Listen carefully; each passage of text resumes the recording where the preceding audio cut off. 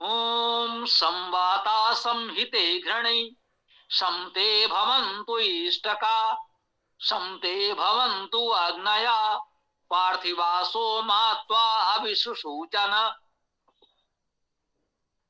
सम सम धातु भी है, इसी सम से समन बनेगा।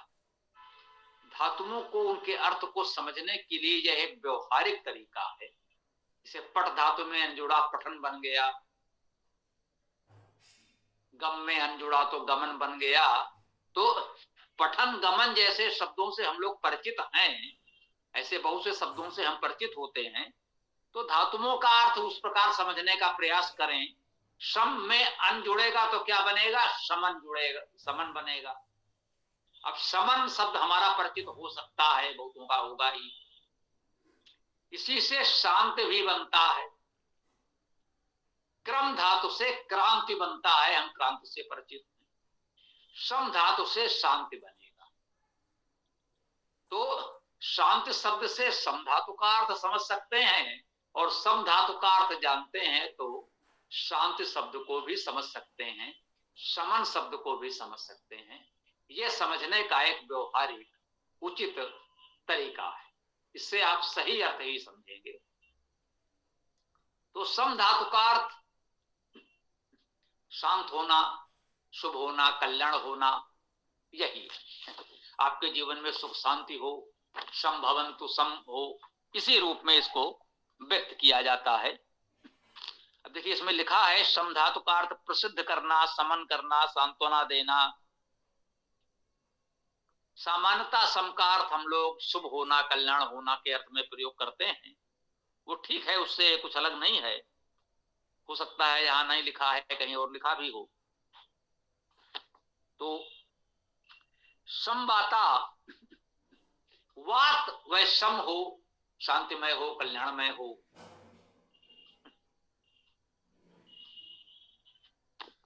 समहिते घृणी, और तुम्हारे लिए ही ये घृणी वह भी सम हो, कल्याणकारी हो। अब घृणी क्या है? वाता में भी देख लें, वात धातु है जिसका अर्थ है सुखी होना, आनंद करना, सेवा करना। वात धातु है। वा धातु भी हो सकती है, गति करना, गंध होना आदि अर्थ हैं जो विभिन्न अन्य मंत्रों में शब्दाएं होंगे, दिए होंगे, अन्यथा धातु आदि कोष में तो दिए ही होंगे। तो ये सारे अर्थ हम स्वीकार कर सकते हैं। कह रहे हैं आपके जीवन में वाता का अर्थ प्रवाह भी कर सकते हैं, यहां नहीं लिखा है वा धातु जो है। तो गति, प्रवाह, गंध, या वात धातु से सुख, आनंद, गति, सम अर्थात कल्याणकारी, सुखकर हो। घृणी शब्द में घृण धातु है, शब्द करना, प्रकाश करना लिखा हुआ है। तो हमारे जीवन में जो शब्द प्रकाश है, शब्द हो, प्रकाश हो, ध्वनि है, प्रकाश है, ऊर्जा है, जो भी वह कल्याणकारी हो, ये मंगल कामना इसमें की जा रही है। समते भवन्तु इष्टका, ते तुम्हारे लिए सम, समनकारी, शांतिकार, कल्याणकारी हो। भवन्तु हो, भूर्भुव धातु का अर्थ होना, भवन्तु हो। इष्टका, जो इष्टक हैं वे भी सम हो, समनकारी, कल्याणकारी हो। इष्टक क्या है ये समझ लें। ये इष्टक का बहुवचन इष्टकाह लिखा हुआ है, इतना तो स्पष्ट रूप से हम समझ सकते हैं। वाता घृणी तो एक वचन में था, ये इष्टकाह बहुवचन में। इष्टकाह शब्द कैसे बनेगा? इष्ट धातु है, इच्छा करना, गति करना। इसके दो मुख्य अर्थ हैं, वैसे अर्थ और भी बहुत से होते हैं, वो कोश में मिलेंगे। इष्टका का अर्थ है हमारे गति इच्छाओं का साधन। हम लोग कहते हैं ये हमारा इष्ट है। इसका क्या अर्थ होता है? हमारी इच्छा है कि ये हमारे पास हो या हम इसके पास हो, वो हमारा इष्ट है। हमारी गति उस ओर है, हम उस ओर जाना चलना चाहते हैं, उसको पाना चाहते हैं, वो हमारा इष्ट है। और इस इष्ट में अभी उपसर्ग लग गया तो यही हमें अभीष्ट है, हमारा अभीष्ट यही। इस धातु है चाहना, इच्छा करना, गति करना, उससे इष्ट और अभीष्ट बना, इष्टक बना, इष्टकाह बना। तो जो हमारी चाह है, इच्छा है, गतियां हैं, ये बहुवचन में है, एक वचन में होंगी नहीं। कोई व्यक्ति ये नहीं कह सकता कि बस हमारे जीवन में एकमात्र यही चाह है, यही इच्छा है, यही गति, यही हम चाहते हैं ना। हमारा जीवन इतना विविधतापूर्ण है कि इच्छाएं कहते हैं अनंत है, इच्छाएं अनंत हो।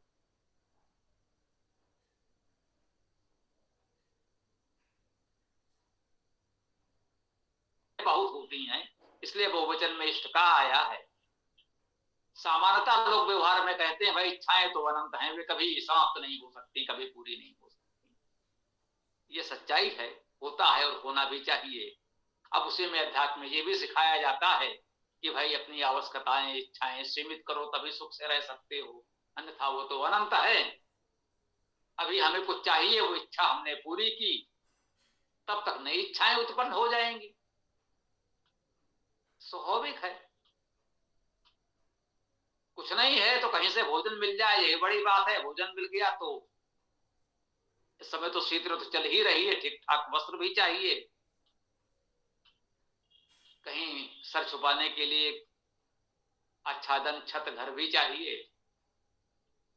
धीरे धीरे हमारे इच्छाएं, आवश्यकताएं, तो हम जिस स्थिति में है, सामान्यतः हमारी इच्छा बस उतने से कुछ आगे की होती है, और जब एक लक्ष्य हम पा लेते हैं तो उससे आगे के बारे में सोचते हैं। इसमें कोई दोष नहीं है, स्पष्ट कर दूं, मैं ये निंदा नहीं कर रहा हूं कि ऐसा होता जाता है, नहीं, होता है और होना भी चाहिए। ये इच्छाएं ना हो, प्रेरणाएं ना हो तो प्रगति कैसे होगी? आज इतना विकसित समाज कैसे बनता? वनों में रहने वाला मनुष्य जो अन्य पशुओं से बहुत अलग नहीं था, आज मंगलयान हम कैसे भेजते? कुछ समय पहले बैलगाड़ी बड़ी बात होती थी। व्यवहारिक रूप से मैं जानता हूं, मेरे बचपन में घर में बैलगाड़ी थी तो गांव में बड़े लोगों में गिने जाते थे। जिनके घर में बैलगाड़ी है वो बड़े लोग, उनके घर में हल बैल है। कितने हल बैल हैं, बहुत बड़े लोग हैं। बैलगाड़ी खड़ी है तो क्या कहना। और यदि हमारे पिताजी, दादाजी एक साइकिल कहीं से खरीद लाए हो तो आसपास के कई गांव के लोग आएंगे कि भैया फला दे तो साइकिल ले आए हैं। और अब क्या स्थिति है हम देख रहे हैं। तो ये प्रगत हुई है इन्हीं इच्छाओं के कारण हुई है। जब साइकिल ले आए तो उससे बड़ी चीज लाने की इच्छा हुई। घर ऐसा बन गया तो अब इसे कुछ और अच्छा होना चाहिए। कच्चा घर था तो पक्का होना चाहिए, पक्का हो गया तो आगे और बढ़ना चाहिए। ये इच्छाएं होती हैं और होनी चाहिए। हाँ, इतना अवश्य कहते हैं कि ऐसा ना हो कि हम इच्छाओं के दास हो जाएं और सुख चैन खो दें। आनंदमय जीवन जीते हुए प्रगति की कामना करना अच्छी बात है। कह रहे हैं समते भवन्तु इष्ट का। ये जो हमारी इच्छाएं हैं, इच्छाओं के साधन हैं, विचार हैं, वे भी हमारे समनकारी, शांतिकारी, कल्याणकारी हो। जीवन में दुख, चिंता, तनाव बढ़ाने वाले न हो। बस इच्छाओं पर इतना ही नियंत्रण बना रहे, पर्याप्त है। शेष वेद सकारात्मक आनंदमय जीवन की बात करता है। ईश्वर करे आप बहुत उन्नति करें, संसार के सभी सुख साधन आपके पास हों, ये इच्छा करना वैदिक संस्कृत के अनुकूल है। इसे अनुचित नहीं कहा जाता है, बस यही कहा गया है की इच्छाएं समनकारी, शांतिकारी, कल्याणकारी हो, वे आपके जीवन में दुख, चिंता, तनाव बढ़ाने वाली ना हो।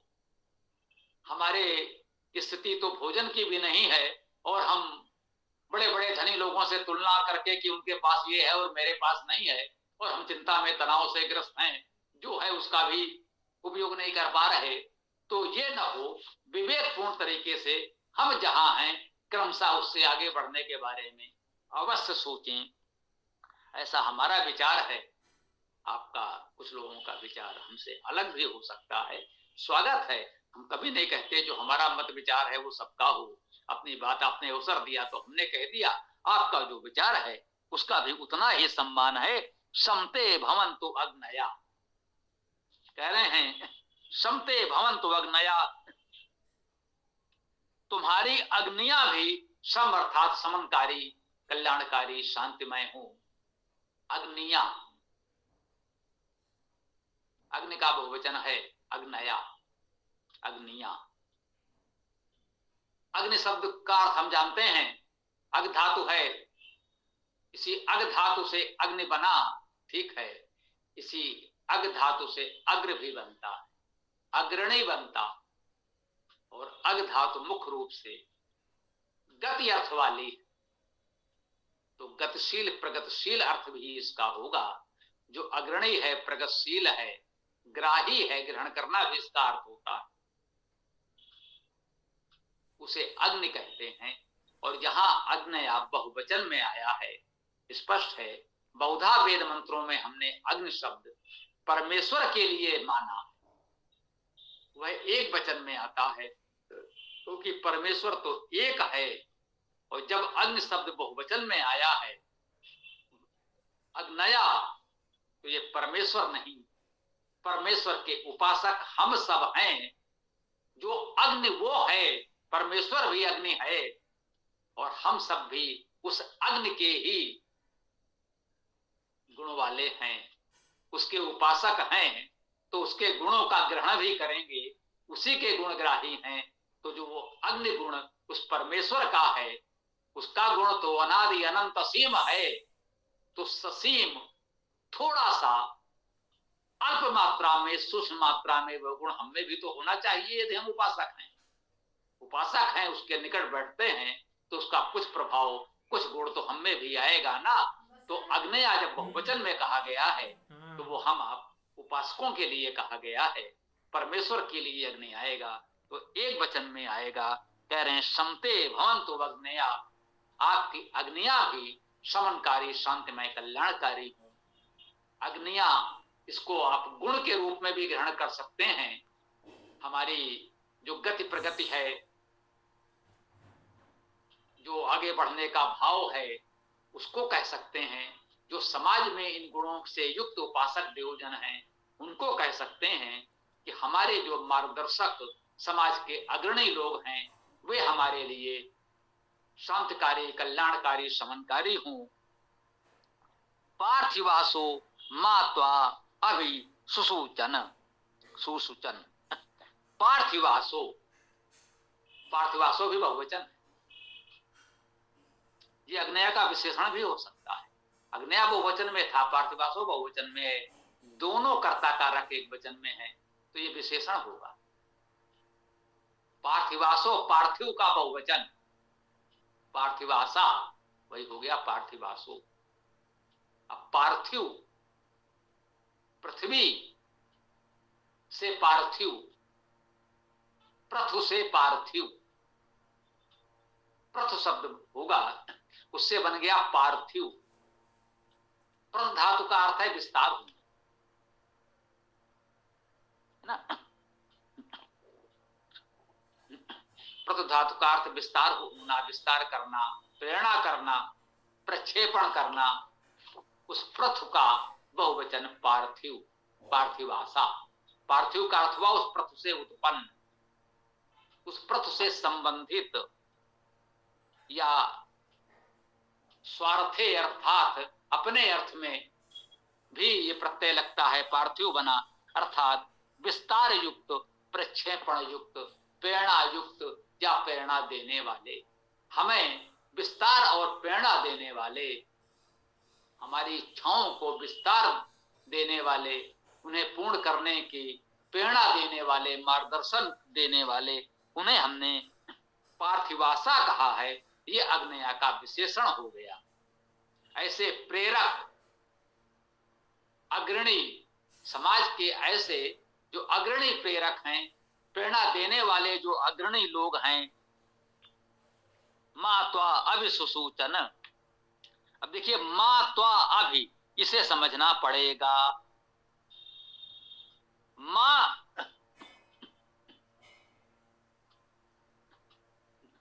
मां अव्यय के रूप में नहीं का अर्थ देता है। एक अर्थ तो इसका यही है। वेद में माम के अर्थ में, मुझको के अर्थ में भी मां आता है, यह भी ठीक है। इसे अव्यय माने कि सर्वनाम माने, इसका अर्थ मुझको माने कि नहीं माने। अब देखें, वाक्य का जो अर्थ बने, मंत्र का जो अर्थ बने, वो सकारात्मक हो, उचित हो, वेद की गरिमा के अनुकूल हो, वो ग्रहण कर लें। यहां नियम वही होता है। मात्वा अभि सुसूचन, इसमें निर्धारण जो करेगा वो सुसूचन करेगा। यही क्रिया है, यही मुख्य धातु है। यहां पर जो बाकी ये सर्वनाम है या अव्यय है, इसका निर्धारण भी इसी से होगा। हाँ, अब यहां पर देख लीजिए, कोई व्याकरण शास्त्र, कोई व्याकरणाचार्य, कोई व्याकरण का नियम यहां आपको ये नहीं बता सकता कि मां का अर्थ नहीं अव्यय के रूप में ग्रहण करें, या मां मुझको सर्वनाम के रूप में इसका अर्थ ग्रहण करें। यह संसार का कोई व्याकरणाचार्य आपको नहीं बता सकता। तो यहां क्या करें, यहां आपका विवेक ही आपका मार्गदर्शक है।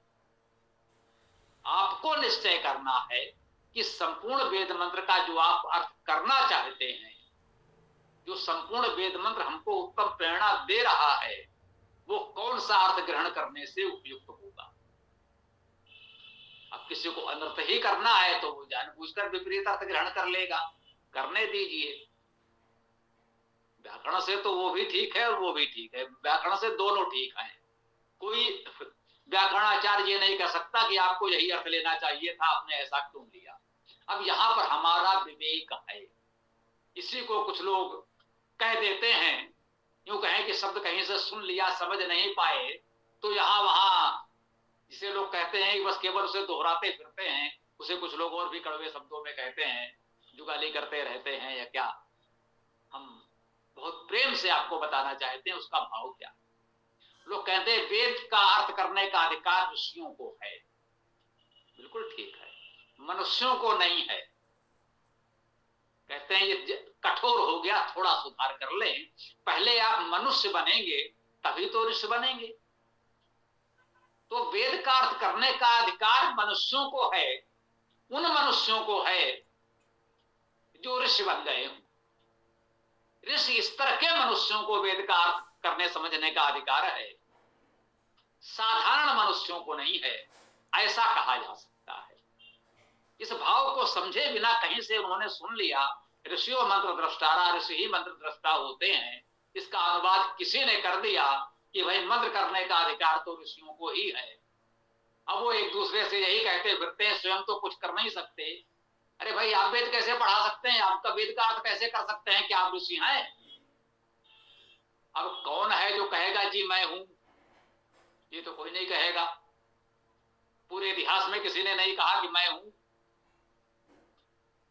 कोई वेद का विद्वान ये नहीं कहेगा कि मैं ये सबसे बड़ा महान, सबसे बड़ा विद्वान हूं, कोई नहीं कहेगा। ना किसी ने कहा है, ना कहेगा, ना कहना चाहिए। ये तो आप देखिए, यदि आपको लगता है कि उस व्यक्ति के कुछ बताने कहने से आपको कुछ समझ में आ रहा है, कुछ भला हो रहा है, तो आपके लिए पर्याप्त है। जब उससे अधिक योग मिलेगा तो उससे और अधिक सीख लिया जाएगा। तो स्वयं तो जो कुछ जानते समझते नहीं उस तरह की बात कर लेते हैं। तो ये जो हम कह रहे थे, यही ऋषित्व है। यहां पर आपका विवेक उपयोग होगा। ऐसे स्थलों पर जब व्याकरण से दोनों ही बिल्कुल ठीक है, तब आप क्या करें, दोनों ही अर्थ लगाकर देखें, जो उपयुक्त ठीक लगे उसे स्वीकार कर लें। और ऐसे स्थलों पर अलग अलग वेद भाष्यकारों के मत में, उनके वेद भाष्यों में कुछ अंतर होना स्वाभाविक है। इसमें कभी भी यह धारणा न बनाएं कि हमारे वाले स्वामी जी का अर्थ ही एकमात्र सत्य है और बाकी सभी अर्थ असत्य हैं या शुद्ध हैं। कृपया ऐसा कोई भ्रम न पालें, ये आपके हित में नहीं है। अर्थात हमने स्वयं अपने रास्ते बंद कर लिए, अपने दरवाजे खिड़कियां बंद कर ली, हमें और कुछ नहीं प्राप्त हो सकेगा, हमने स्वयं आंखें बंद कर ली। ऐसा नहीं करना चाहिए। हाँ भाई, यहां से हमको ये जानकारी मिली है, मुझे ठीक लगती है, और कहीं से मिलेगी, हो सकता है इससे अच्छे मिल जाए। मैं कभी नहीं कहता कि मैं जो अर्थ कर रहा हूं अंतिम सत्य है। हम आपसे अपेक्षा करते हैं कि आप इससे भी अच्छा अर्थ करेंगे। यही मैंने कल गर्व से कहा कि हमारे बच्चे हमारे किए में परिष्कार संशोधन कर रहे हैं। मेरे लिए ये गर्व की बात है। हमने अपने कमरे में बैठकर लिख दिया, पढ़ने वाले को समझने में लग रहा है कि उतना अच्छा समझ में नहीं आ रहा, थोड़ा ऐसा करते हैं तो अधिक अच्छा समझ में आएगा। बहुत अच्छी बात है, कर दीजिए, करना चाहिए आपको। सब लोग इसका प्रयास करें, जो कर रहे हैं उनको हमारी बहुत बहुत शुभकामनाएं। और लोग भी संकोच न करें, इस दिशा में आगे बढ़ें, सब लोग मिलकर साथ दें और चारों वेदों का भावार्थ भाव से और अच्छा करें। तो यहां पर हम जो कह रहे थे कि क्या अर्थ निकलेगा, मात्वा अभी सुसूचना, सुसूचन इसका निर्णय करेगा। सुसूचन में सुच धातु है। अब सुच धातु यद्यप यहां उतना स्पष्ट नहीं किया गया, वही बात है जो बच्चे कहते हैं, तो व्याख्या में हम जितना बोल देते हैं सबको लिखा नहीं है, ये बात सत्य है। सुच धातु के दो रूप हैं, या कह सकते हैं दो प्रकार हैं, दो अर्थ हैं। सुच धातु से सुचिता आपने सुना होगा। सुचि, सुचिता अर्थात पवित्र। तो सुच धातु का अर्थ हुआ पवित्र करना, उससे सुचि और सुचिता बनती है। सुचि और सुचिता जैसे शब्द बनेंगे, इसका अर्थ होता है पवित्र। तो यहां जो सुसूचन शब्द है, ये सुच धातु से लेंगे तो हम कह सकते हैं पवित्र करने वाला, पवित्र करता है क्रिया रूप में, ऐसा अर्थ कर सकते हैं। अर्थात सुच धातु से हम पवित्रता का अर्थ ग्रहण कर सकते हैं। यहां पर एक और रूप दिया है, सुच धातु का अर्थ है शोक करना, दुखी करना, दुखी होना। शोक शब्द है, जैसे सुच सुचिता शब्द हमारा आपका परिचित है, वैसे ही शोक शब्द भी तो परिचित है। अब ये सोच शब्द, शोक शब्द भी है, जय भी सुच धातु से सोच, चाका का हो गया तो शोक बन गया। जैसे ऋच में चाका का हुआ तो ऋक बन गया, ऋग्वेद बन गया बताते हैं। वैसे ही सुच धातु में चाका का हुआ तो शोक बन गया। अब देखिए, कहां तो सुचि और सुचिता पवित्रता का अर्थ दे रहा है, कहां शोक दुख कष्ट का अर्थ दे रहा है। अब सुच धातु से सोच शब्द भी बनाया गया या प्रयोग हो रहा है, जिसका अर्थ भी शोक चिंता के अर्थ में है। सखा सोच त्यागो बल मोरे, कोई आश्वासन दे रहा है कि हे मित्र, मेरे बल के भरोसे तुम अपना सोच त्याग दो, अपना दुख अब त्याग दो, मैं आ गया हूं, मैं तुम्हारा कष्ट दूर करूंगा। सोची विप्र जे वेद विहीना,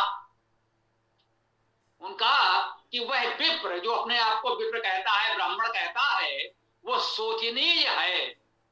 यदि वो वेद नहीं जानता, वेद से विहीन है, वेद नहीं जानता, तो वह विप्र, वह ब्राह्मण सोचनीय है। फिर कहेगा ब्राह्मण जब वेद नहीं जानता तो क्या भाई वो वैदिक ब्राह्मण है? तो हमने कहा वैदिक ब्राह्मण भी कोई होता है क्या? अवैदिक ब्राह्मण कौन सा होता है? जो ब्राह्मण होता है वो वैदिक ही होता है, तो एक अलग विषय हो। तो उन्होंने कहा सोचे विप्र जय वेद विहीना, ये सोचे जो है यही सुच धातु है, शोक करने के अर्थ में लिया गया है। सोची उस पर शोक करना चाहिए, ऐसे ब्राह्मण पर शोक करना चाहिए जो वेद नहीं जानता। सखा सोच त्यागो बल मोरे, हे मित्र तुम ये सोच चिंता दुख छोड़ दो, मेरे भरोसे मेरे बलबूते छोड़ दो, मेरे में सामर्थ्य है, मैं तुम्हारा ये कष्ट दूर कर सकता हूं। तो यहां सुच का अर्थ शोक भी है और पवित्रता भी है। अब इसके भी दो अर्थ हैं। अब हम क्या करेंगे, मात्वा अभिसुसूचन। अब मां का अर्थ यही ले ना ले, नहीं का अर्थ ले लें तब क्या होगा, है ना। ये जो पार्थिव अग्नियां हैं, विस्तार देने वाले, प्रेरणा करने वाले अग्रणी लोग हैं, वे मात्वा अभिसुसूचन, तुम्हें शोक न दें। मां का अर्थ नहीं, तुम्हें शोक युक्त न करें। और मां का अर्थ मुझको, मात्वा मुझको और तुमको ये लोग क्या करें, पवित्र करें। सुसूचन में शोक का अर्थ भी ग्रहण कर लें और पवित्र करने का अर्थ भी ग्रहण कर लें, उसके अनुसार इस मां का अर्थ भी दोनों ग्रहण कर लें। इसी को तो श्लेष अलंकार कहते हैं। एक शब्द है, दो अर्थों में ग्रहण कर लिया गया। इस वाक्यांश के, इस मंत्र के दोनों ही अर्थ हो गए। हम फिर कह रहे हैं, अब इतने अर्थ वेद भाष्य में मैं लिख कर तो नहीं दे सकता, अब तक कोई नहीं कर पाया। आप प्रयास करें, कर लें तो अच्छा है, अब तक तो कोई नहीं कर पाया। साधन और समय की सीमा होती है, नहीं कर सकते। तो कह सकते हैं ये जो पार्थिव अग्नियां हैं, प्रेरणादायी अग्रणी लोग हैं, वे हमें क्या करें, वो तुमको शोक न दें, शोकाकुल न करें, दुखी न करें, और तुमको और मुझको दोनों को पवित्र कर दें। यह इस मंत्र का उत्तम भाव, उत्तम प्रेरणा हम लोग आज ग्रहण करें। तो इस प्रकार से इस अष्टम मंत्र की चर्चा को हम यहाँ विराम दें। अब आप लोग अपना जो भी प्रश्न विचार आदि हो तो प्रस्तुत कर सकते हैं। समय भी ठीक ठाक हो ही गया है। ओम।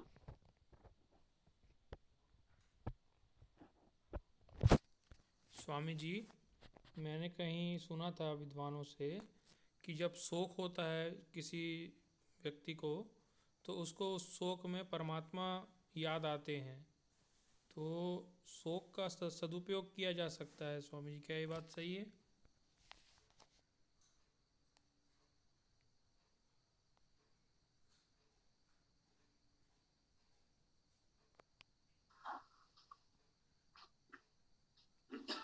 देखिए, ये तो दृष्टिकोण की बात है, जिन्होंने भी कहा अच्छे भाव से कहा होगा। एक होता है ना कि जीवन को सकारात्मक रूप से जिए, गिलास आधा भरा है आधा खाली है, ये हमारा दृष्टिकोण है। हमसे किस दृष्टि से देख रहे हैं। हम कह सकते हैं गिलास आधा भरा है, ये भी सत्य है, और कोई कह सकता है गिलास आधा खाली है, ये भी सत्य है। तो ये तो हमारे दृष्टिकोण पर है, सकारात्मक और नकारात्मक दृष्टिकोण की बात कही गई है। वही वहां भी है। किसी के जीवन में शोक आए, ये अच्छी बात तो नहीं है।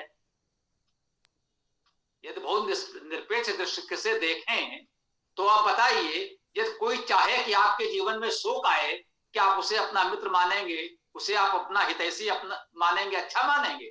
नहीं मानेंगे, मानना भी नहीं चाहिए। परंतु एक बात कही कि ऐसा भी कोई व्यक्ति नहीं है जिसके जीवन में सब कुछ सदैव अच्छा ही अच्छा होता रहे। प्रतिकूलताएं होंगी, प्रतिकूल स्थितियां आएंगी, दुख कष्ट शोक आएगा, तो उनका भाई उसका भी सदुपयोग कर लें। यदि सामान्यतः सब कुछ अच्छा चल रहा हो तो हो सकता है आप ईश्वर से विमुख हो गए हों सुख वैभव में, तो शोक आया, कम से कम आपको ईश्वर का स्मरण हुआ, तो मान लीजिए उसका यह सदुपयोग भी है।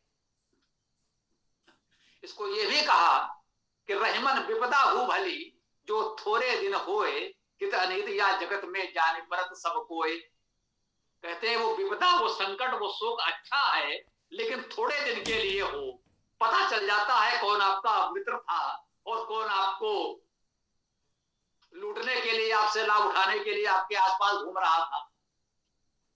तो जो विपदा संकट शोक आया, उससे आपको अपने पराये की सच्चे और दिखावे वाले मित्रों की पहचान हो गई, ये ठीक बात है, लेकिन शोक आया, विपदा आई, ये कोई अच्छी बात तो नहीं है।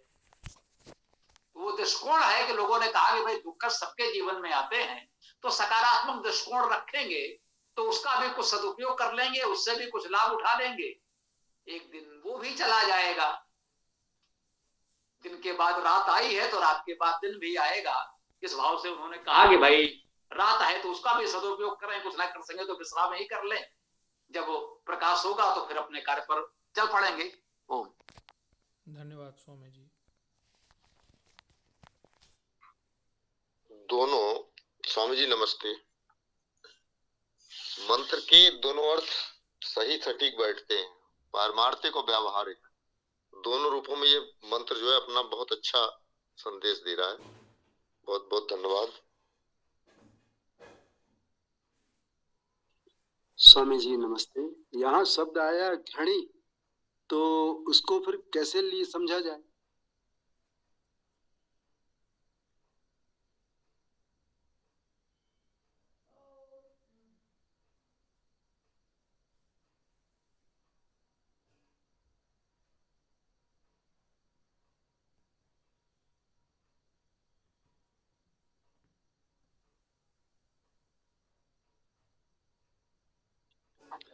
गुरुजी आपका माइक बंद है। जी जी जी। तो अपने घड़ी का इसमें देखिए लिखा हुआ है, गृह धातु है, गृह धातु का अर्थ शब्द करना, प्रकाश करना है।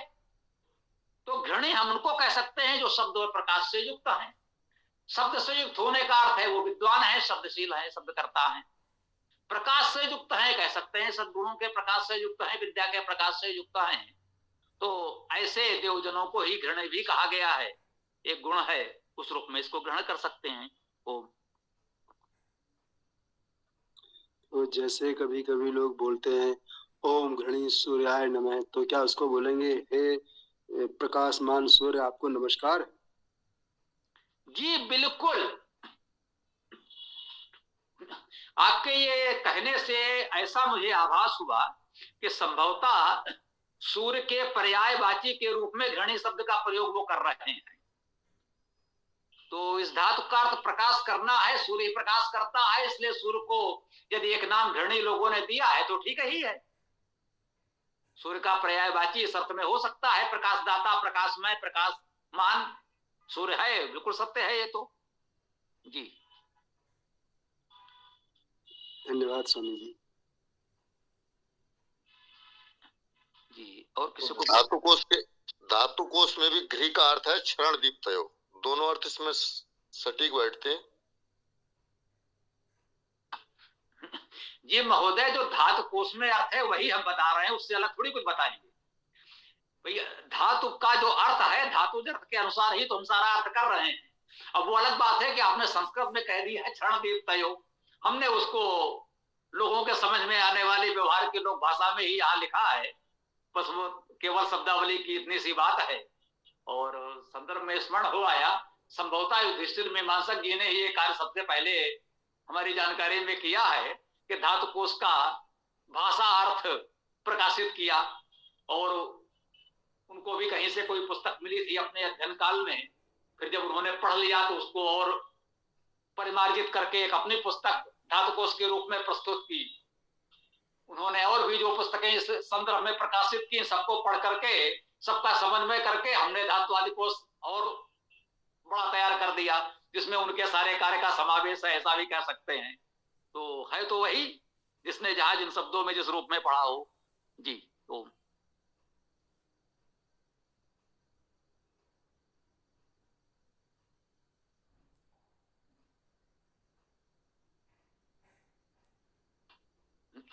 जी। तो अब आज के इस सत्र को विराम दिया जाए। कल सायंकाल इस वेद कक्षा में हम लोग पुनः मिलते हैं। ओम स्वस्ति, ओम नमस्ते, ओम खम ब्रह्म, ओम खम ब्रह्म, ओम खम ब्रह्म।